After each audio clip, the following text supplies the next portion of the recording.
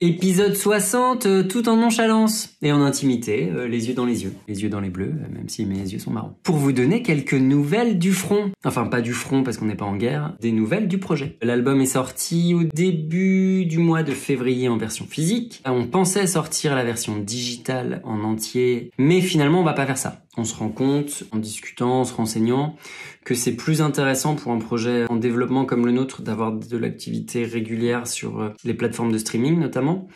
Du coup, on va plutôt égrener un petit peu les titres à partir de avril jusqu'à octobre où là, tous les titres sont sortis. J'ai eu le plaisir de rencontrer Joël Beyeler du label Diez 14 à Strasbourg qui expliquait que finalement les périodes un petit peu plus propices à la sortie de titres, c'était plutôt février, mars, avril, mai et octobre, novembre. Du coup, on va un petit peu se caler là-dessus avec un nouveau titre à venir fin avril qui s'appelle Cœur à zéro. Il y en aura encore un autre en mai. Il y aura des petites choses pendant l'été, des remixes, probablement une reprise encore avant de sortir les 3 derniers titres restants d'un seul coup cette fois-ci. Voilà. En parallèle, on a organisé, Cédric a organisé toute une campagne de démarchage. On a fait comme si on était un produit. Vous savez, quand vous recevez des mails extrêmement agaçants, avec un premier mail en semaine 1 et un second mail en semaine 2 qui vous dit vous avez bien reçu notre mail en semaine 1, puis un troisième mail qui vous dit mais vraiment regarde bien. Donc voilà, on a fait ça avec 4 mails différents, donc sur 4 semaines, en testant différents jours, différentes choses et tout. Ça fonctionne un peu mieux. On a eu quand même quelques retours. On se rend compte que les plannings sont déjà bien remplis. Là, on vise de trouver des dates à partir de septembre. On a déjà un prochain concert de prévu, mais en février 2025. Donc on a un petit peu le temps de se préparer. Qu'est-ce que je peux vous raconter d'autre ?